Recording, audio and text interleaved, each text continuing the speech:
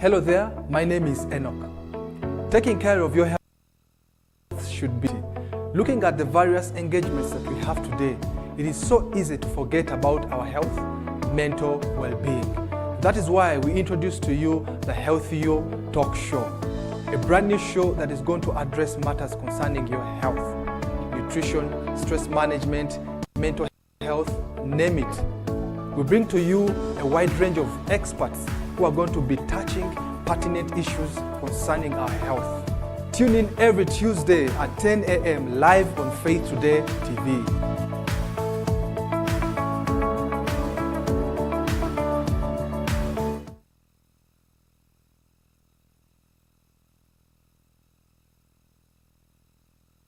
Mountain Moving Faith. This is my latest book. And if you want to learn how you can move mountains, life has many mountains. While this journey, you will encounter mountains and you wonder, how can I move mountains? This is a book to read. And it took me time to research, to pray, and to wait on God and look at the scriptures and what Jesus talked about moving mountains. And this book is quite a story, it's quite an inspiration. It is quite something that will change your life. So order your copy today. We can send it to you wherever you are in this country. We will be able to send this book to you on Mountain Moving Faith. Call that number or send a message and our team will be able to ship it to you wherever you are. There's a book to read. You can also buy for your friend, for a family as a gift. And I have no doubt they will thank you and they will be always thankful for what you have done for them. So God bless you as you read this book, Mountain Moving Faith.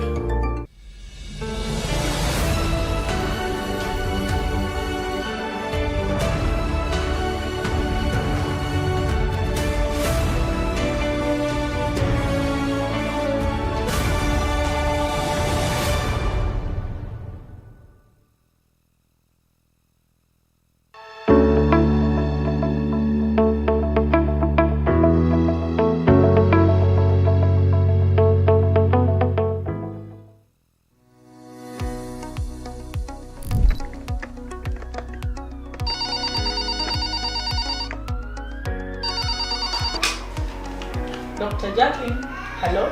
Hello there. My name is Dr. Jacqueline Wangeshi from JCK Hospital, welcoming you to Transform Africa Faith Conference 2024, where I'll be giving a health talk and also offering free medical checkup. Register with the link below and see you there.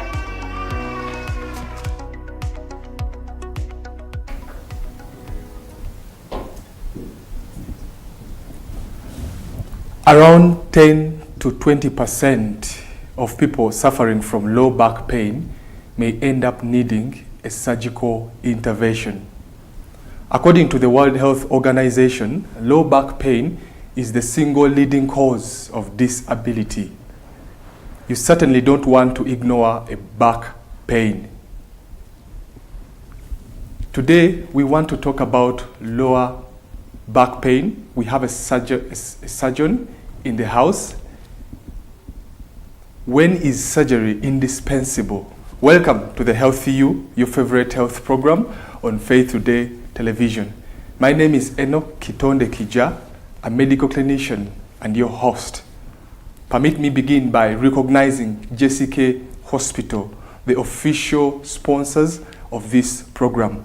You can find them in Roysambu along Lumumba Drive, just next to Happy Life Children's Home. They are also in Mariaini and Juja Farm. It's all about health, and they're here to empower you with health for the body, mind, and soul. Today's topic is about back pain, dealing with back pain. And we have an interesting guest today.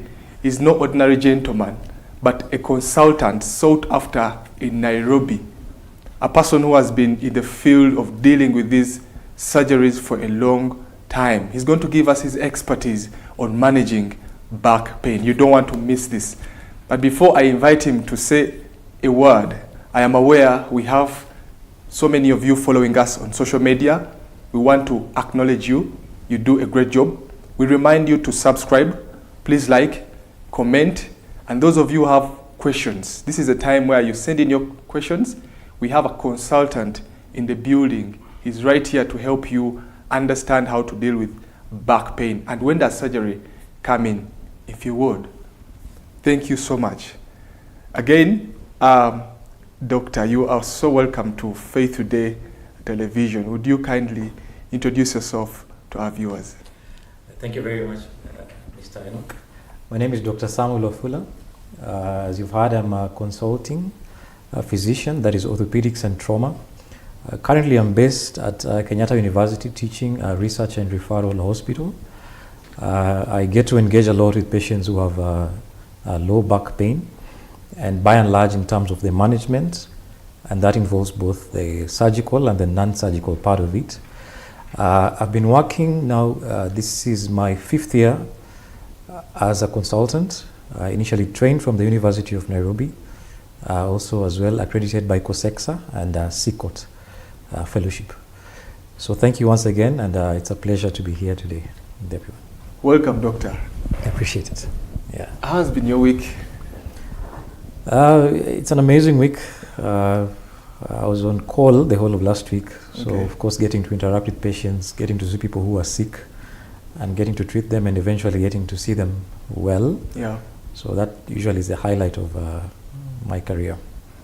And Yeah. of course, as a consultant, how has been your week? I hear you also do a bit of teaching, lecturing. How is it like for you balancing both, lecturing and then also managing patients? I think it is something that you can tell us about. How do you deal with both of them? Yeah. So I'm glad you brought that up. My students were actually excited when I told them I'd be having a session where I'd be pretty much engaging with the general public. Okay. So it's something I do routinely, but this is a slightly different forum. So I tend to balance it in the sense that now when I come to such a session, I want to educate the general public in terms Yes. of these conditions that we come across. Of course, they were all excited. They wanted to also try to see if they could participate, but they're based in the hospital. Okay. So now when I'm here, they're the ones who take care of my patients. Wow. But there's a whole aspect to it. So the same way I'm here, it's the same ministry as I would have, only that now this one I'm in a studio where I'm reaching millions. Exactly. Yeah, but And in a you're hospital setting, I'm with one person. Just a few people. Yeah. Meaning Faith Today Television is here to help us even reach more people. Who are those students of yours? Yeah, so we have mainly students from, we have what we call the College of Surgeons, East, Central and Southern Africa. These are postgraduate students who are training to become specialists. And then also we have undergraduate students who come and they interact with us from the various universities that bring their students for clinical experience at the university, hospital. That, and also I still engage with students from the University of Nairobi. Yeah. Yeah, so it's something that I enjoy doing. So passing on to those who will eventually take care of us. Absolutely. Mentorship is key. Indeed. And for those of you who are just joining us, this is the Healthy You, and especially today we have a distinguished guest, a consultant, as you've heard, an orthopedic surgeon, and working with a number of students who are really following in. We want to send our regards to you. Thank you for tuning in, and if you have any question for your consultant, you can let it come in. We had a background about a few weeks ago. We were talking about low back pain, and we had a physiotherapist weigh in on how he handles the back pain and his healing hands, the maneuvers, and so much. If you missed that episode, you can go back on our YouTube channel and then review it. I know your life will not remain the same. Today, on the other hand, we know there are those who probably go through the physiotherapies and then they really don't get the right results, and probably surgery is the only way out. So we want to understand the perspective of an orthopedic surgeon. How do they deal with it? But before we go into that, we want to first understand Daktari, to kick this off and help us understand the different types of these pains, because I know there's acute and chronic back pain. You want to know the difference and why it's important to handle them differently. Yeah. So thank you for that question. I'm going to take you back a bit. You had a session on back pain last week. I'll just define and maybe just to demystify a few of what is commonly out there in the common knowledge. So in front of us we have this structure which basically demonstrates how we are all designed. So this is your vertebral column, and by that it basically just means the backbone in common layman's language, and it's divided into parts. So up here is where we have the neck, we call that cervical. Around this area is where we have the chest, we call that thoracic, and down here is where we have what we call lumbar. Now lumbar is what we call back, the low part of the back. So majority of the times when I get to interact with people and the first thing they tell me, oh, Dr. Harry, I've got back pain. Usually, no, they won't tell you low back pain. They'll tell you I've got back pain, but it normally tends to be around that area. So we call that the lumbar region. Okay. Now to answer your question in terms of how we approach all this, we will evaluate you initially. Okay. And for each one of these regions, there are many possible causes that could bring about ailments in those regions. As you mentioned initially, 40%, that figure is actually slightly higher. I can tell you one thing for sure, all of us in this room, 80% of us will experience some kind of back pain in our lifetime. Yeah. So it's so common in the sense that anytime I'm sitting in a consultation room, I can almost tell the next person who's going to walk in will literally point to that as where. Yeah, that's so. It being so common, the number of patients who eventually require surgery is very little. Yeah, actually less than 10% of the times do we have to get to the point where I'm now sitting down with you and discussing with you the options of treatment, and surgery being one of them. Actually, back surgery is very scary when I mention that to patients. Not a lot of people will be like, they'll be very excited to know that I'm going to have surgery for my back. And the reasoning for that is because there are very many structures. What you're seeing here is just the back, or rather the bony structure that makes up the back pain, the back. But as far as what would bring about the back pain, there are very many things that are around this region that can contribute towards that. So we have the bone, which is what you're seeing over here. We have the discs, which is in between the bones. We have the nerves. What you're not able to see here is the muscles. The muscles contribute about 80% of the reason for why people would come and consult you for low back pain. What they can actually literally point to. Yeah, that's also another very good question. So it's usually like an amalgamation. So you could have an irritation coming from the bone, but then it's being referred. Okay, more often than not, patients will show you where the pain is being referred. Yeah.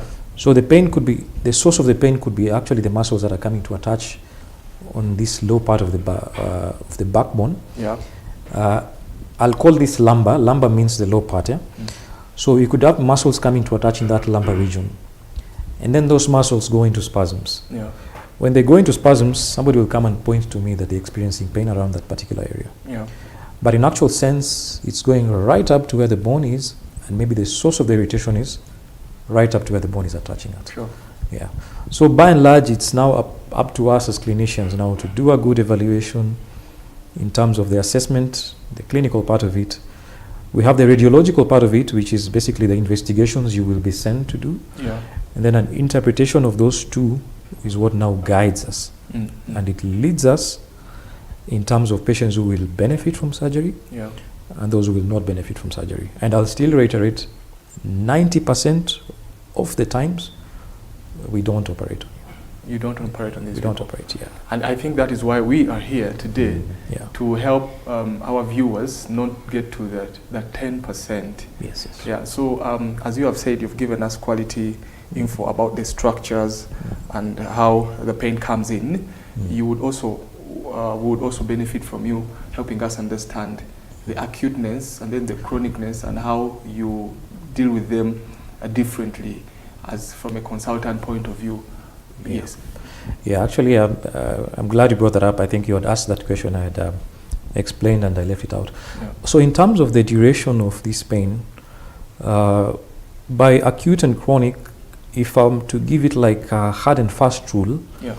for pain that has been there for at least 4 weeks, we term that as acute. If it lasts longer than that, now we are going towards a chronicity. And Yeah. we talk about it being chronic if it is more than 12 weeks. That Because if in between that, now we talk about it being neither here nor there, so it's just intermittent. Yeah. But having said that, I'll go back to how I had tried to introduce this topic. So we have many structures that could be the source of this back pain. And that means we have different terminologies and diagnoses. Yes. Okay, you could be involved in an accident where you get trauma on that particular region, and you get a fracture. That will give you acute pain. Okay, you may come to present to the hospital. I'll be seeing you like today. You had the trauma today, or you could come and see me. You had the trauma 10 weeks ago. Now it doesn't mean that I'm still going to put you in the people who are in the chronic side. Category of the chronic. Yeah, because you are seeing me 10 weeks down the line. Yeah. Okay. Now, you could also be having this acute pain because you went down and tried to lift a heavy object and you snapped your back. And by that's actually one of the commonest way in which the very young patients tend to get this back pain. Someone is very excited about working out, they go to the gym, they see their own colleagues lifting very heavy weights, and they said, I feel challenged, I want to do 20 kilos, put 2 weights on the other sides. So they go down, they lift it up, and somebody's behind there telling them, yeah, strong. You can do it. Yeah, they do that and you snap your back. Mm-hmm. You snap, usually what you snap is the disc in between the bones. Huh? Mm-hmm. That can happen acutely, and if it happens acutely, it could literally be between a matter of 24 hours. Huh?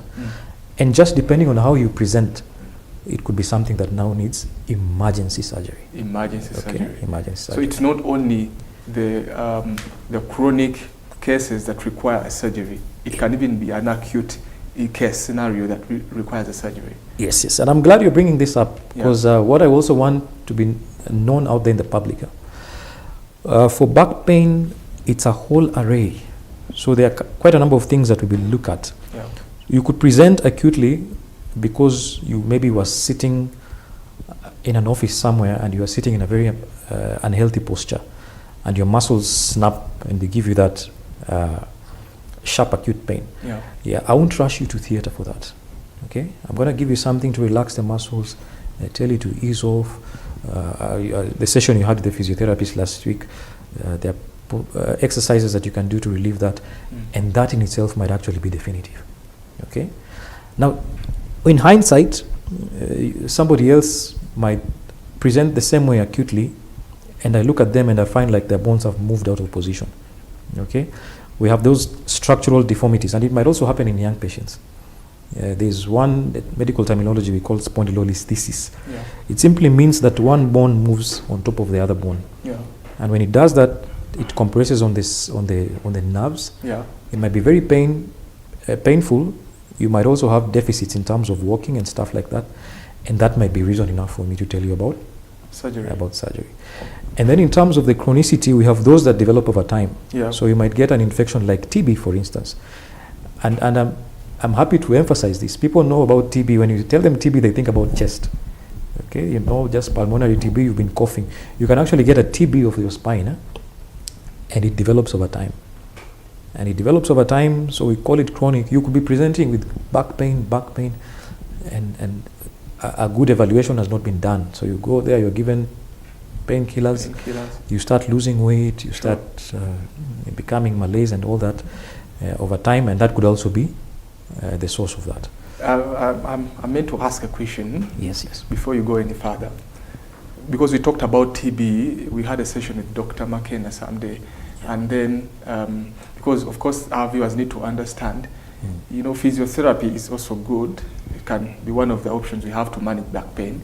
Yes. But I think in that regard, when you confirm it's TB, do you again recommend physiotherapy from a consultant point of view? Yeah. So I want to actually appeal to the viewers and everybody who is listening to me out here. Number one, when it comes to management of back pain, largely, actually, and by largely I mean 50%, more than half of the patients whom I'm going to interact with will eventually end up having physiotherapy. But there's a caveat to that, okay? So physiotherapy simply means I've done my assessment, Mr. Enock. So having done my assessment, I can be able now to tell from this back, is the source of your pain from the bones? Is the source of your pain from the nerves? Is it from the discs? Are we having some form of wear and tear? Yeah. Are we having instability? Am I dealing with an infection? Am I not dealing with an infection? Or is it trauma? By trauma, I just mean something shook or disrupted the anatomy in that particular region. When will you not benefit from physiotherapy? If you have deficits that are coming about because of an infection, you will not benefit from physiotherapy, okay? At least not in the acute stage, because I have to deal with the infection first, okay? If you have a disc that has moved out of its position, it's compressing on the nerves, and now because the nerves are being compressed, you cannot be able to walk, you're having difficulties going for long call, and these are usually red flags. Huh? You can't hold enough for you to go maybe for a short call. Yeah. The urge is not there, it comes, it just passes. Incontinence. When you get that, it simply means something is amiss. So you wouldn't come with that and then I send you to the physiotherapist. Okay, these are just examples. And I like the way you really break them down for us, so that viewers know that all back pain is not managed with one way. There are options available.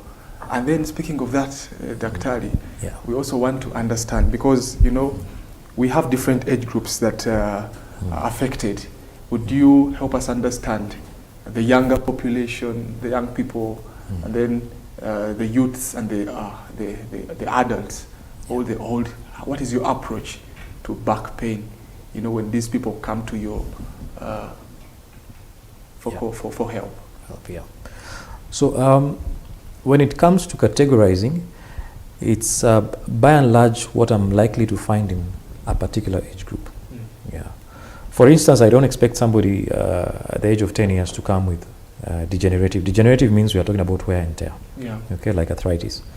Of course, in the much senior, older age group, and by that I'm talking about 60 and above, it will be largely something to do with wear and tear. We call that spondylosis. Okay, so spondylosis just means whatever is between the bones, the joints are getting worn out, the same way you get arthritis. Yeah. Okay. Is that in the younger age group? That will now, you are likely to find it in the older age group. In the older age group? In the older age group. Okay. Okay.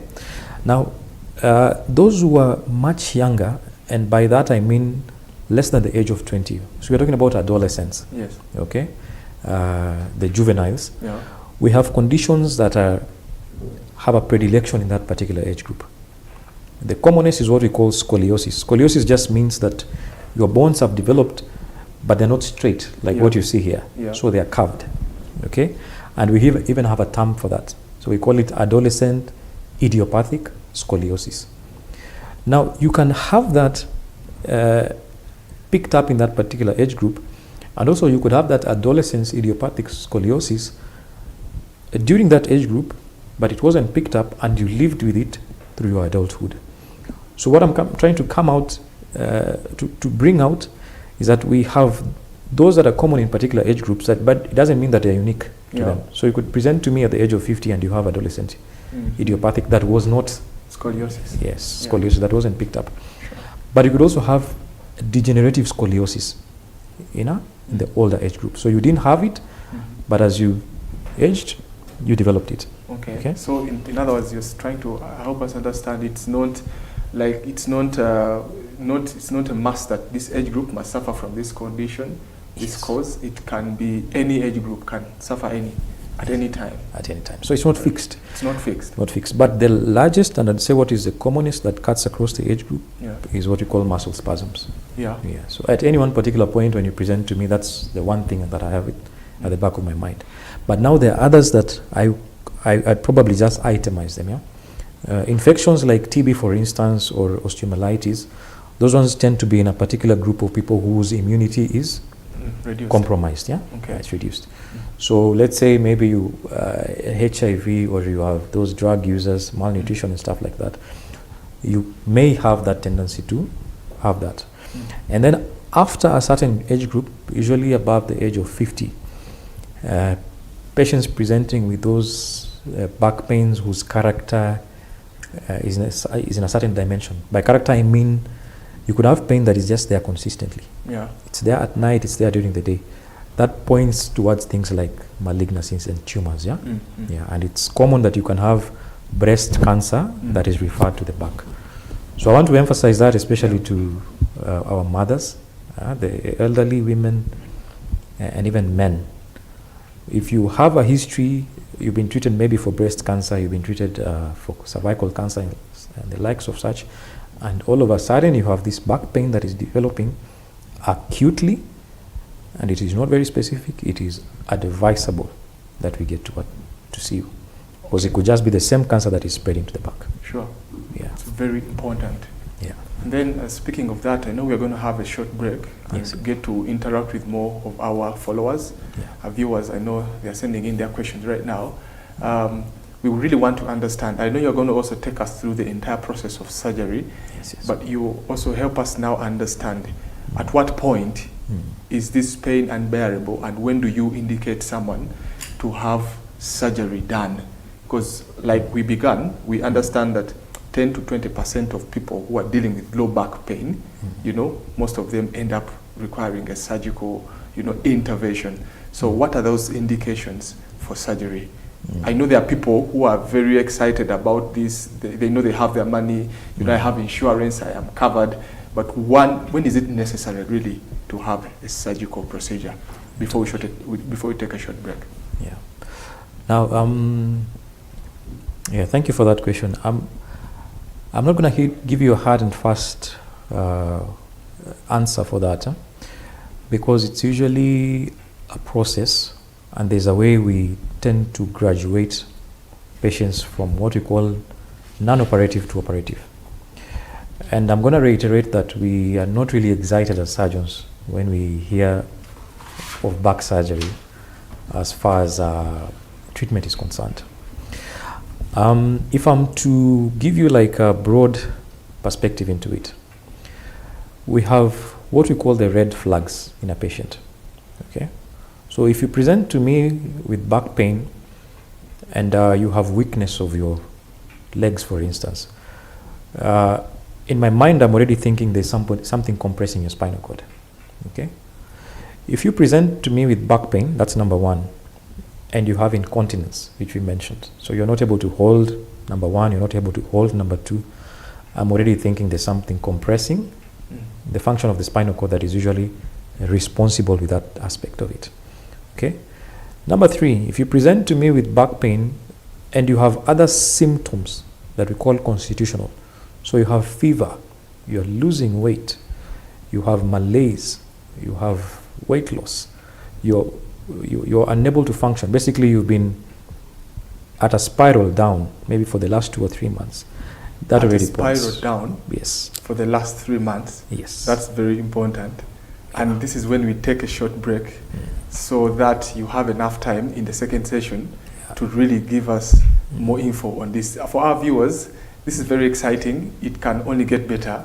We have the consultant in the house. You don't have to worry about anything.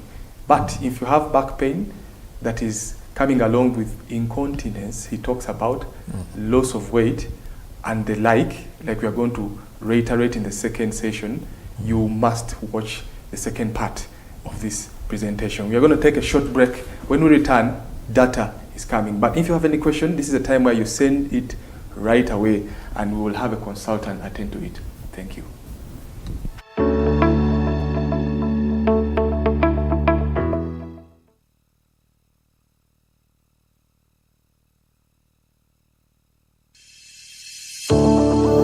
Okay, asante. Nilikisajili kitabu ambacho kinaitwa 7 Keys to Success, ama kuna kanuni funguo 7 if you like it, ambazo zitakuletea ushindi na kufaulu maishani. Wote, wewe na mimi, tunataka kufaulu, lakini pia kuna njia ya kufaulu. Ukisoma hiki kitabu ambacho nilikiandika kwa kufanya utafiti, kwa maombi mengi, kuangalia neno la Mungu. I have no doubt ya kwamba hiki kitabu kitabadilisha maisha yako. Nilikuwa naongea na mchungaji rafiki yangu akaniambia, nilisoma hicho kitabu, sasa ninafundisha watu wangu kupitia ujuzi, maarifa, hekima ambayo nilipata kwa hiki kitabu. Kwa hivyo unaweza pia nunulia watu wengine, na akaniambia alinunulia hata viongozi wake, na wamekuwa wakisoma, wakaweka kwa library yao wanasoma. Hiki kitabu sina mashaka, nina uhakika itabadilisha maisha yako na utabarikiwa. Tuma message ama upige simu kwa hiyo namba na naweza kuwasiliana na wewe, na utapata hiki kitabu, utatumiwa, usome na ubariki pia watu wengine. Asante. Mungu akubariki unaposoma 7 Keys to Success, and you will succeed. Thank you.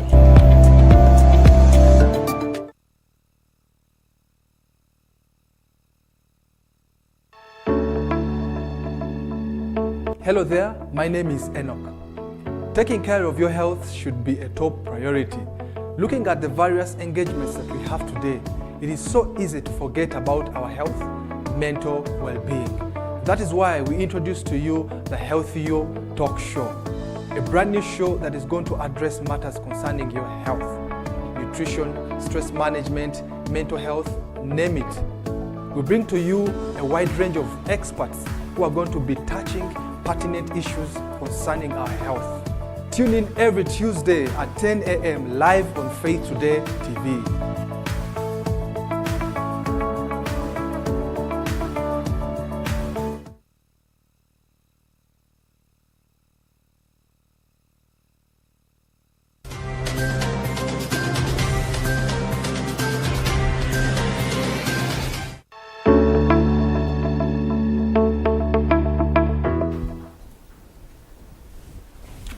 Welcome once again to the second part of our discussion with a consultant orthopedic surgeon.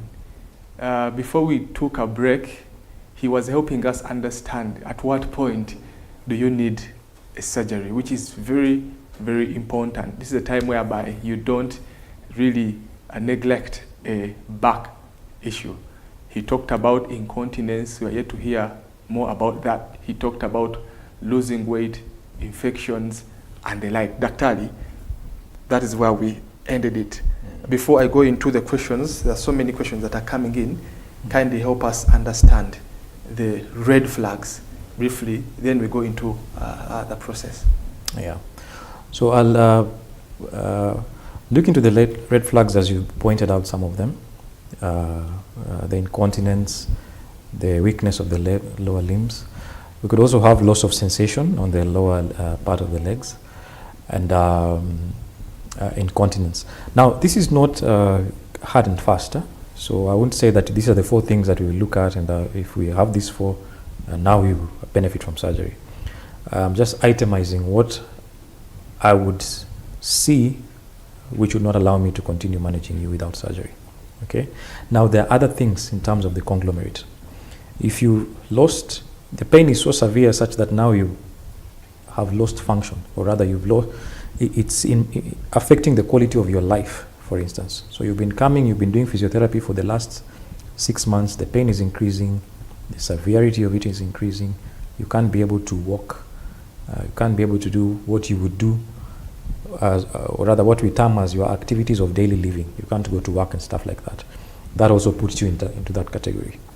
If you have a history of having had cancer, for instance, before, like if it's breast cancer or prostate cancer, that also puts you in that category, especially once I confirm that we are dealing with metastasis of the same. Okay.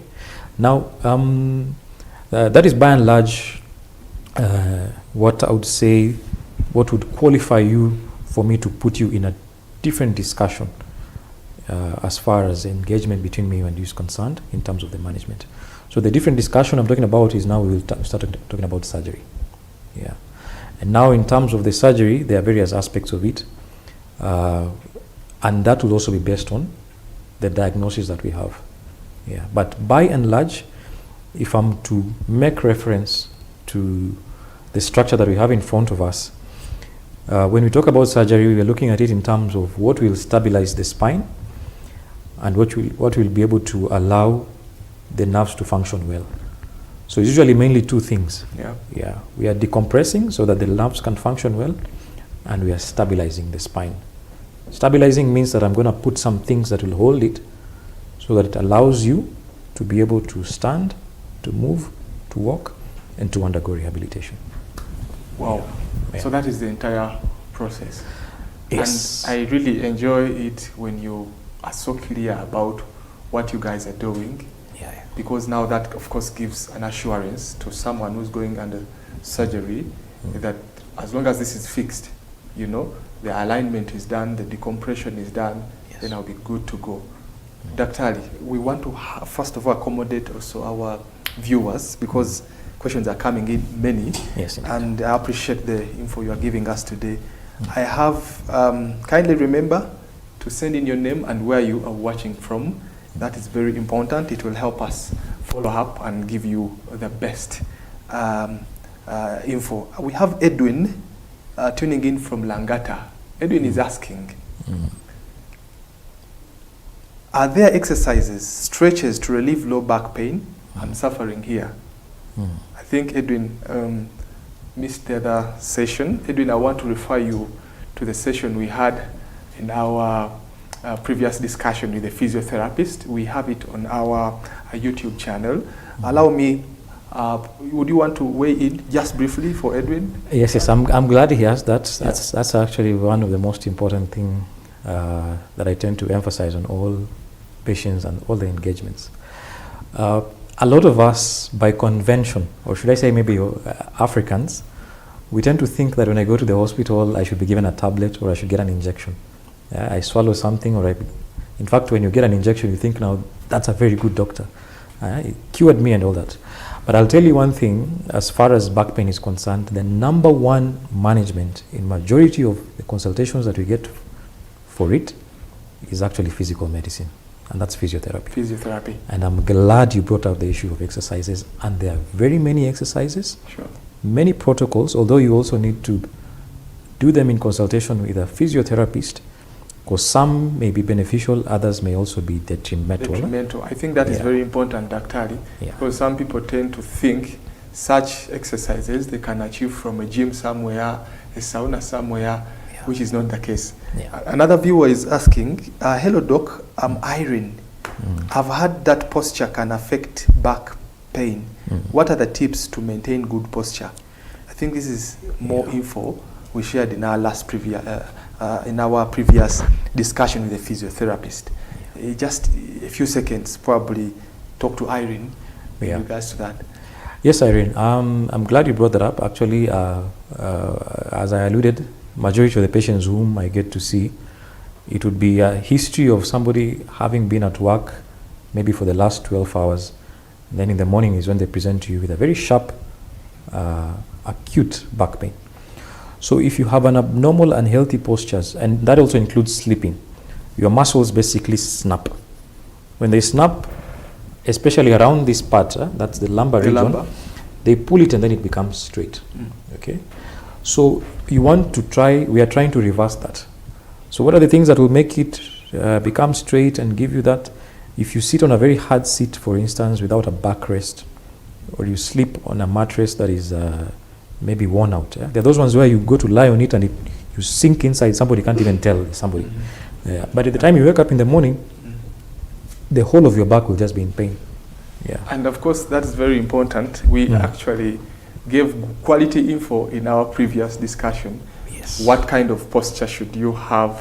What kind of mattress? Not every mattress can help you with the back pain. So, Irene, I would love to refer you to our previous discussion. But because you sent in your question early, that is why I allowed the consultant to come in. We have another one asking for a friend.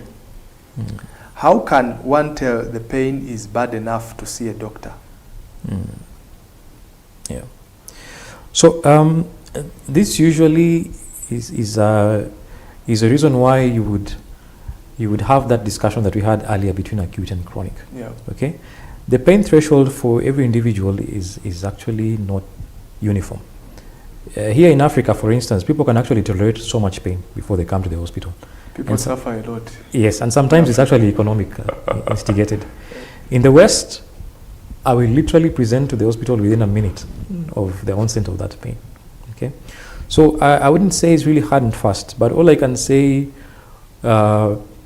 sometimes it's by instinct or by instance. If you feel like there's something not right, something is wrong with me, this is not okay, please seek attention. Make sure you seek attention, and that is when they come in to meet with you one-on-one, right? Yes, yes. So there was another question, Daktari. Today there are many questions, and I want to do justice to our viewers. Catherine is asking, I just got a baby. Yeah. I've been finding it challenging to lift the baby or do other stuff because of back pain. What should I do? Yeah. So I'm glad you asked that, Catherine. And as far as obstetrics is concerned, that's another topic in itself for back pain. So in women, we also have like a subset. So you could have that pain coming because of the cramps post-menstrual.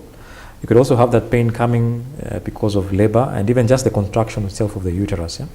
And even after delivery, that's because you initially had about 20 kilos, but I mean an extra 10 kilos. By the time you get to 9 months, it's usually an additional of 10 kgs that are carried by your back. Yeah. And normally you tend to assume a certain posture so that you can accommodate that. And then you lose it all of a sudden after labor. Yeah. Now your body has to adapt to that. Okay. I tend to be very patient with mothers, especially the new mothers who have just delivered, because they want this pain to disappear, snap like that. Yeah. It's gradual. So actually the intensity of that tends to disappear with time because your body is now accommodating the new loss of that weight that you had initially. So remember, you had 10 kilos that you were trying to carry with your back. You lose it. Now you're trying to go back to what you used to weigh. Yeah. Yeah. It appears like it's a sharp, a chronic pain that is just at the background, but with exercises, strengthening, there's what you discussed last week, the physiotherapy, yeah. The core strengthening of the back muscles. Yeah. It works. It works well for them. Yes. And this is where you don't have to worry about a surgery, because at least now we understand the cause of the back pain. Yeah. Good. I have Nicholas. When is surgery recommended for lower back pain? Is it that aggressive that one should worry? Yeah. So, as we had mentioned earlier, 90% of the times you actually don't need, we never even get to the point where we are discussing that. And 10% of the times when we are now getting to discuss modalities of surgery as management of back pain, there's usually a very clear indication for that. Either you've broken the bones that support your back, so we want to go and stabilize it. Either a disc has moved out of its position. For the very young patients, usually somebody went carried something very heavy, the disc moved out of its position. Yeah. And even when the disc moves out of its position, still 90% of the time physiotherapy is very effective. Okay. So pain that affects your function, pain that affects the quality of your life, other aspects, including the red flags that we mentioned, plus the evaluation that we would have done radiologically, they're the ones that prompt us to have that discussion of surgery. Of surgery? Yes, yes. But we rarely get to that point. Okay. Yeah, yeah. Thank you so much. Again, another question coming in from, this is, she didn't specify. What about the back pain that comes after giving birth, especially through CS? I think we answered that. Yeah. Jack from Thika says, for someone with a history of herniated discs, are there activities to avoid? That is Jack from Thika. Yeah.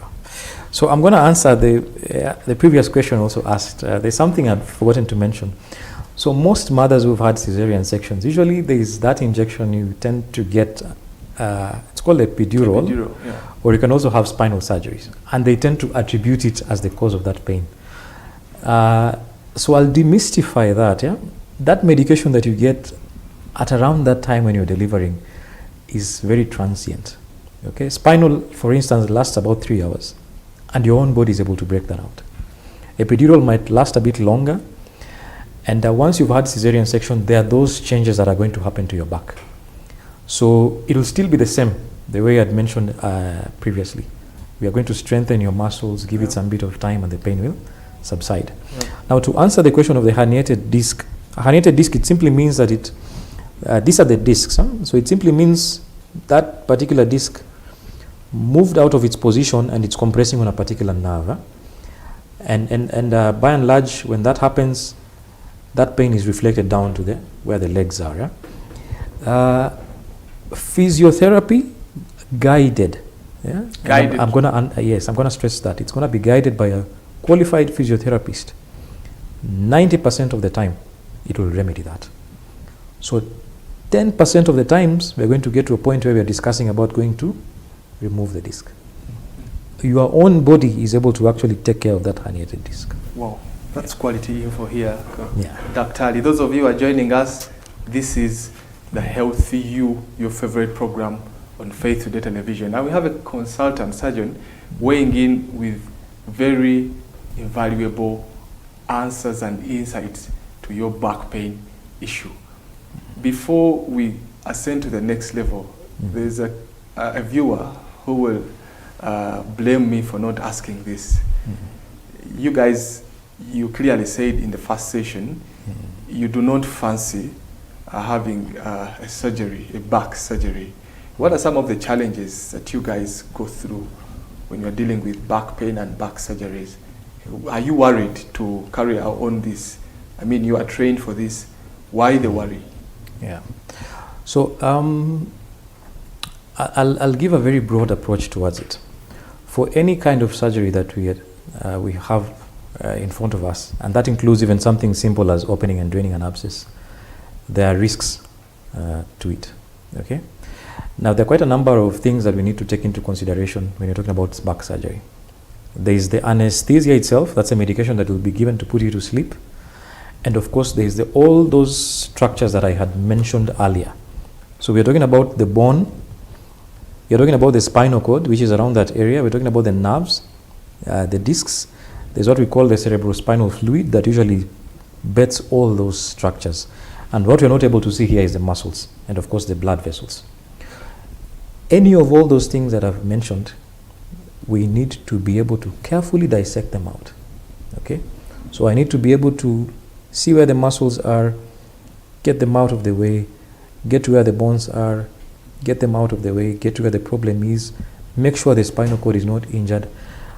Now, all those things are risks that I have to mitigate against. So I need to let you know that there's a risk we could injure the nerve and you might become paralyzed. There's a risk that the spinal cord could be injured and you might become paralyzed. In the instances of where we're talking about those scoliosis, where we have deformities in the very young patients, there's a risks that as I go inside there and I try to get the alignment correctly and to stabilize it, one of the instruments that I'm using there for stabilization might hit the spinal cord. Okay, so these are all risks that we have to mitigate against. We are well trained against it. Doesn't mean that occasionally some of those complications might not happen. They do happen. You might also get an injury to where the spinal cord usually travels. We call those dural leaks. And now that one we have to repair it. And sometimes it's successful, sometimes the leak continues. You might have infections like meningitis as a result of that. So all those are things that we now have to weigh. Against all these risks, do you stand to benefit from this particular surgery? If the balance tips at benefit, then I'm going to tell you, okay, let's proceed and have this thing done. If I weigh against all these risks and I look and I see you might benefit from something else apart from this surgery, Mr. Enock, I will do everything else apart from that surgery. I will have you go for physiotherapy. We can give injections there. We call them epidural blocks. We can do some evaluation. And even in terms of physiotherapy, there are different modalities. So we can strengthen the muscles. We can stretch out on where the legs are. We can do what we call intermittent tractions. And even nowadays, we have different modalities that allow us to be able to target specific nerves and we block them. And that still improves the quality of your life. Wow. Yeah. That's why I'm saying this. That 10, you can imagine out of all 100 people, it's only 10 whom I'm going to discuss this with. And even of the 10 I'm going to discuss with, there has to be very clear indications as to why I'm going to take you to theatre. What is the success rate like in terms of outcome, health outcome, for someone who has undergone surgery? Let's say it is successful. How is the quality of life after that period, and what should they expect? Yeah. Now, I'm going to go back a bit. I mentioned quite a number of things that could be the diagnosis. Okay, you could have an accident where you break your bone, your backbone, and the surgery that we're going to do there is to basically stabilize it and restore it. Of course, the success rate for that one will be good because we are restoring your anatomy to what it was. Okay. Now, you could also have a degenerative condition where your bones become unstable, they move out of place, and they compress on the spinal cord, and you start having those red flags that we discussed. So you have incontinence of stool, you have incontinence of urine. Now, depending on the acute or the chronic aspect of it, how soon did you present to the hospital, or how long have you had these symptoms? If it is very chronic, we may not be able to reverse that. Okay? If I'm not able to reverse incontinence, for instance, that means the quality of your life is not going to be good. Yeah. Now, if you have TB of the spine, for instance, you've not sought medical treatment. What TB usually does is that it destroys things. So it will destroy the bones will collapse. I'm sure, especially in Africa, not so much in Europe, you will see people who walk and their back is almost bent with a very sharp, it's like a letter V. Yeah. We call that gibbous deformity from TB. Yeah. By the time you get to that, our intervention may not really restore you back to the function that you had before. Okay. I thought that one only affects the older group. Yes. So now, to demystify now what has been out there in the common public, anything that can compromise your immunity can actually give you those infections for the back. So you can get even a 10-year-old, a 20-year-old, they get TB, it affects the spine, it destroys it, and the spine collapses. They get the gibbous deformity. Mm-hmm. Yeah. With the older group, they tend to have now the degenerative part of it. So the degenerative also can get things to get worn out, and then now instability. But by and large, as far as surgery is concerned, it's almost individual based on, and it's based on the diagnosis that you're talking about. The diagnosis is very key. Yeah, so the diagnosis is very key. In this scenario. Yeah. Speaking of that, Dr. Ali, we want to understand, let's say someone has gone through the surgery, it was successful. What are some of the healthy kind of lifestyles? What would you advise or recommend them to do? I think marry that with chronic pain. What would you recommend for someone to do to have a healthy back? A healthy back, yeah. So what I'll do, I'll give you the factors that give you a bad prognosis. Yeah, sure. Okay? And in a nutshell, as we conclude this. Yeah, I'll give you the factors that give you a bad prognosis. Yeah. Then I'll let you know what you can do in terms of trying to reverse this. Okay? I will look at it in terms of the lifestyle. Your back, as it is, has very many functions. It is where the muscles attach. It is also where you get support. This is what allows you to be able to sit and even to stand and to even walk. So you want to have a good weight. If you are very obese, your body mass index is very high, all that is distributed there. It's also contributing to the pain now. And even the deformity. And the deformity. As it were. Sure. So that already gives you a poor prognosis. Okay? Now, if you couple that with other factors, you have you're obese, you have smoking, partake or use a lot of alcohol, and then you have also this other lifestyle. So you eat unhealthy and the likes of that. That is just a small aspect that also contributes to bad prognosis. Okay. Now the rest of it has to do with your immunity. If you want to make it one that is not compromised. Yeah. Okay. What do you do? Probably you can help us understand for you to boost your immunity. Yes. So the various, you're talking about the meals, and also the exercises that you do. So you're talking about the diet. You have a healthy, balanced diet. You exercise on a regular basis. That boosts your immunity. Also, it improves the function and the efficiency of your back. Yeah. Okay. As far as recovery process is concerned, those are the aspects we will be looking at. Do you have good nutrition? Are you able to exercise on a regular basis? And by the exercise, we're talking about those that will be able to strengthen the muscles for the back. So you've had back surgery, for instance, you've had fusion for the back. We want to strengthen the muscles for the core. Usually, there is a set of exercises that you'll be shown that you can be able to do that. I like it when you say there is a set of exercise. Not every exercise contributes to a good prognosis, and that's very important. Daktari, we are enjoying this show, but I must assure you we can't complete because there is so much we can really partake from you. Just to wrap up, what would be your parting shots if you would look to our viewer and give them what they need to do right now to have a good back health? Yeah. So back pain is common. Actually, it's the reason why we will all seek consultation in the hospitals at some point in our lives. That includes me as well. Okay. Of importance, not all back pains will end up in surgery. This was just a very small aspect of it, actually 10% of it. You need to keep a very healthy habit as far as what you do routinely is concerned. Okay, so routinely at your place of work, postures in sitting, postures in sleeping, the exercising, and I'll actually emphasize this in retrospect. Back pain is not the reason as to why you should go home and sleep the whole day. As a matter of fact, it should be the opposite of that. You want to be active, and that activity is what allows circulation of blood and healing of whatever it is that was disrupted. The commonest cause of back pain is actually muscle spasms and strains and sprains. So these come about with unhealthy postures. You did a lot of work, all of a sudden you didn't condition yourself. Actually, for those who take part in sports, you want to condition yourself before you go to that gym, and now you decide I want to lift 100 kilos. Condition means that you started at 10, 20, 30, and you built up to get to a point where you can be able to do this. That applies also to the rest of us. So you maintain a healthy habit, walk regularly, stretch, and that should be able to keep you away from me as far as consultation is concerned. Well, you mentioned something interesting, to keep away from you. You really don't want to, yes. You don't want, to, come to the orthopedic surgeon because, that's the point when he has to hold a scalpel. Thank you so much, Dr.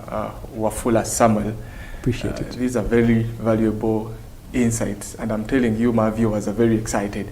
And for those of you who have just joined in, this has been the Healthy You Talk Show. Make sure you go back and digest this. I'm sure we are going to have him come again. But the takeaway is back pain can be really complex, but with the right approach, the right measures in place, you can really deal with this back pain problem completely. As we wind up this, I want to remind you that JCK Hospital College of Healthy Sciences is now open for admissions. And remember, these are focusing on empowering competent, quality health care. This is getting better, and every time you engage with JCK Hospital, there's something new, something interesting that will be added on your life. And we, of course, are aware there are people who are watching this show and you are in the hospital, you are at home, and you are under any form of treatment. We want to assure you that we are praying for you, and we trust that your healing process will come forth speedily in Jesus' name. My name is Enock Kitondekijja on the Healthy You program. Until we meet next time, stay proactive, stay informed, stay healthy. God bless you.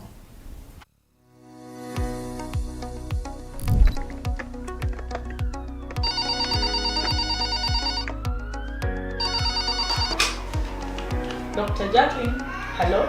Hello there.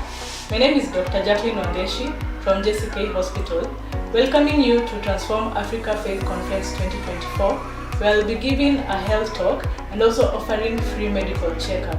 Register with the link below and see you there.